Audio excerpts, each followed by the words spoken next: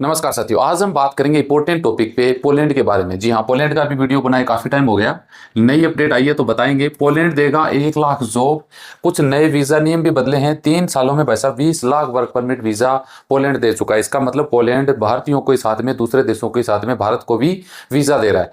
Poland ने एक new visa immigration policy बनाई है 2025 से लेकर 2030 के बीच में, और तो अभी लेटेस्ट में 2025-26 में लगभग 1 lakh work permit visa Poland देने वाला है। 25,000 तो इसमें हेल्थ केयर वर्करों को जॉब मिलेंगे। आपको पता है पिछले 5-6 महीने पहले मोदी जी वहां पे गए थे, उसके बाद में कुछ इंडिया के लिए भी कुछ अच्छी अपॉर्चुनिटी है। इस पे डिटेल से बात करेंगे। आपको बता दूं, इंडिया की जो कंपनियां हैं पोलैंड में $3 अरब का बिजनेस करती हैं वैसा, तो इंडिया की काफी सारी कंपनियां हैं पोलैंड में। पोलैंड की भी इंडिया में लगभग 30+ कंपनीज ऐसी हैं जो इंडिया में अपना जो काम कर रही हैं, इंडियन लोगों को जो मिल रहा है। तो यहाँ पे हम देखिए 3 टॉपिक पे बात करेंगे। एक तो ये बात करेंगे कि भाई साहब पोलैंड ने इमिग्रेशन पॉलिसी क्या बनाई है, जिससे आपको क्या बेनिफिट होंगे। दूसरी ये बात करेंगे चलो बना दी तो यहाँ पहुंचे कैसे, कौन कौन सी जॉब में 20 ऐसे जॉब बताऊंगा जो अनस्किल्ड जॉब हैं और उसके सैलरी कितनी मिल सकती है और अप्लाई कहाँ से कर सकते हैं, ये इस पे हम बात करने वाले हैं। आपको वीडियो पूरा देखने के बाद लगता है कुछ सवाल है तो आप कमेंट कर सकते हैं। चैनल तो आप सब्सक्राइब कर ही लोगे जो नए हैं। तो चलिए शुरुआत कर लेते हैं। यूरोप में भारतीयों को नौकरी का मिलेगा मौका। पोलैंड को चाहिए 25,000 डॉक्टर नर्स। भारत कमी कर पाएगा पूरी। ठीक है जी। आगे अगर देखा जाए तो भाई साहब इन्होंने पोलैंड ने कुछ विदेशी श्रमिकों को लेने के लिए नई वीजा श्रेणी यानी वीजा कुछ नए अपडेट किए हैं। एक तो मिलेगा टाइप टी वीजा, जो डी जिसको लॉन्ग टर्म वीजा बोलते हैं ना, राष्ट्रीय वीजा बोला जाता है, नेशनल वीजा। 90 दिन से ज्यादा अगर आप पोलैंड में रहते हैं काम करने के लिए तो ये वीजा आपको लेना होगा, जो 1 साल से लेके 2 साल 3 साल 4 साल तक चलता है। आगे दूसरा वीजा है मौसमी, जो सीजनल वर्क परमिट वीजा होता है ना, 9 मंथ के लिए। 9 मंथ का वीजा होता है जो आप एग्रीकल्चर से रिलेटेड है, टूरिज्म से रिलेटेड है, कंस्ट्रक्शन रिलेटेड है, ये जॉब में आप जा सकते हैं। तीसरा वीजा है ई ब्लू कार्ड, यानी आप ज्यादा पढ़े लिखे हैं, हाई स्किल हैं और लंबे आपके वहां के लिए एक वीजा होता है, इसको तीसरा नंबर वीजा ई ब्लू कार्ड बोला गया।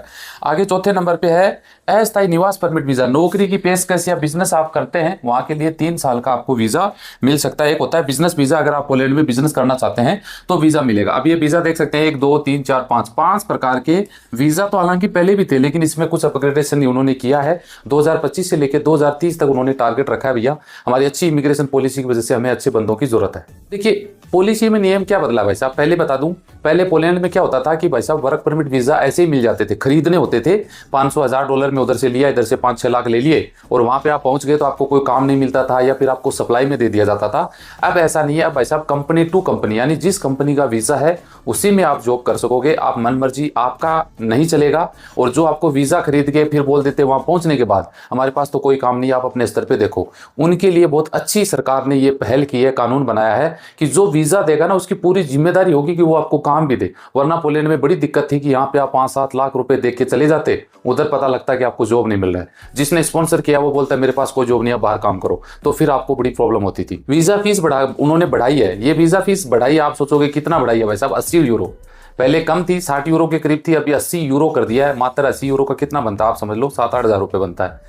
अब इसको सरकार बोलती है हमने फीस बढ़ाई है। ऑलरेडी भैया इंडियन तो 5-7 लाख रुपए पहले ही दे रहे हैं पोलैंड के लिए। 5-7 लाख दे के वीजा मिल जाए वो बड़ी बात है। स्टूडेंट वीजा में भी बदलाव कर दिया है, कुछ अच्छी पॉलिसी लेके आए हैं, जो स्टूडेंट जाएंगे उनको ज्यादा बेनिफिट होगा। पोलैंड में अगर इंडियन लोगों की बात करें तो लगभग 35,000 से 40,000 के करीब में इंडियन लोग हैं जो वहाँ पे स्टूडेंट भी हैं, वहाँ पे जॉब भी कर रहे हैं, वहाँ पे बिजनेस भी कर रहे हैं। एग्जैक्ट आंकड़ा 35-40 हजार के करीब हो सकता है जो इंडियन लोग पहले से वहाँ पे हैं। यहाँ पे हम ये बात करेंगे कि आपको यहाँ पे कौन कौन से जॉब मिल सकते हैं, कितनी सैलरी मिल सकती है, किन चीजों का आपको ध्यान में रखना चाहिए, तो पूरा देखिएगा, है ना।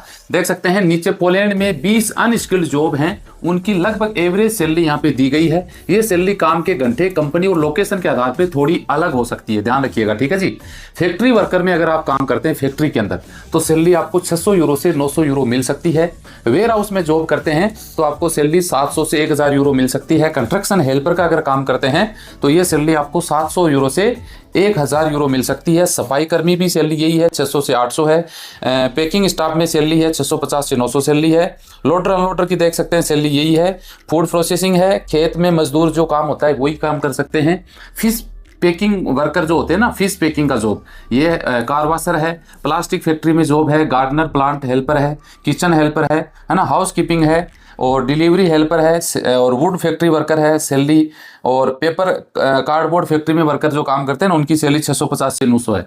रेस्टोरेंट क्लीनर है, सैलरी इतनी 600 से 800 है। लॉजिस्टिक हेल्पर है, माल उठाने वाले मजदूर है। यानी लगभग आप एवरेज मानो, लगभग सैलरी में बता रहा हूं कि आपकी सैलरी 70,000 से लेके 1 लाख रुपए तक पोलैंड में हो सकती है 8 घंटे की ड्यूटी। अब इसमें जो टाइम बताया ना, ये लगभग 8 से 10 घंटे का मैंने यहाँ पे बताया है। ओवर टाइम आपको अलग से मिलेगा।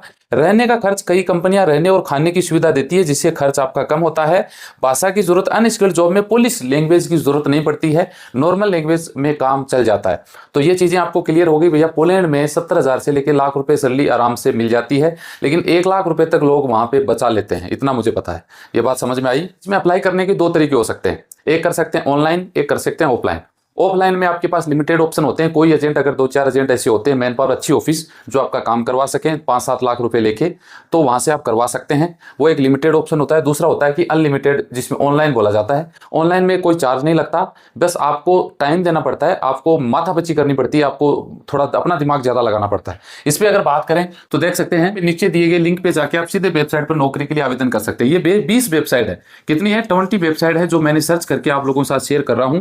इनका लिंक है जो मैं आपको वीडियो के नीचे डिस्क्रिप्शन में दे दूंगा। वहां जाके आपको वेबसाइट ओपन करनी है। सीवी, कवर लेटर, आपके पास सीवी है तो चल जाएगा। कवर लेटर की तो स्पेसिफिक आप मान लो किसी कंपनी में, एक कंपनी को टारगेट करके डाल रहे हैं तो जरूरत पड़ती है। सीवी एक अच्छी यूरोपास सीवी होना जरूरी है। वो डाल के इन कंपनियों की वेबसाइट पे आप अप्लाई करें। ध्यान रखना है कि भाई साहब ये नहीं कि आपने 5, 10, 20, 30 कर दिया जी, हमारे पास तो रिप्लाई नहीं आया। ये अंधेरे, एक हो ना 100 पत्थर मारने वाली स्थिति है, अंधेरे में तीर चलाना। निशाने पे कब लग जाए कोई पता नहीं लगता। हो सकता है फर्स्ट में लग जाए, हो सकता है लास्ट में लग जाए। आपको यहाँ पे अप्लाई करते रहना है। इसी को अगर आप कहीं से अप्लाई करवाते हैं तो उनको आपको चार्ज पे करना पड़ता है। आप खुद भी ये काम कर सकते हैं। सीवी, कवर लेटर, सीवी बना के, कवर लेटर की तो मैं बता रहा हूँ जरूरत नहीं है। वीडियो के नीचे इनका लिंक मिल जाएगा। ध्यान रखिएगा, आप सीवी इनके पास अपलोड करते हैं, कहीं से भी आपके पास कॉल आता है, ऑफर लेटर आता है, तो आपको इनको पैसे की डिमांड करें तो सतर्क हो जाना है, क्योंकि जेन्युइन ऑफिस, जेन्युइन जो होती हैं वो पहले चार्ज नहीं करती हैं। ध्यान रखने की जिम्मेदारी आपकी है। आप देख सकते हैं थोड़े, भारत में पंजीकृत यानी रजिस्टर्ड मैन पावर एजेंसी है, उनकी संख्या कितनी है तो मैं बता दूं, अभी लगभग 1900 के करीब हो चुकी है ना।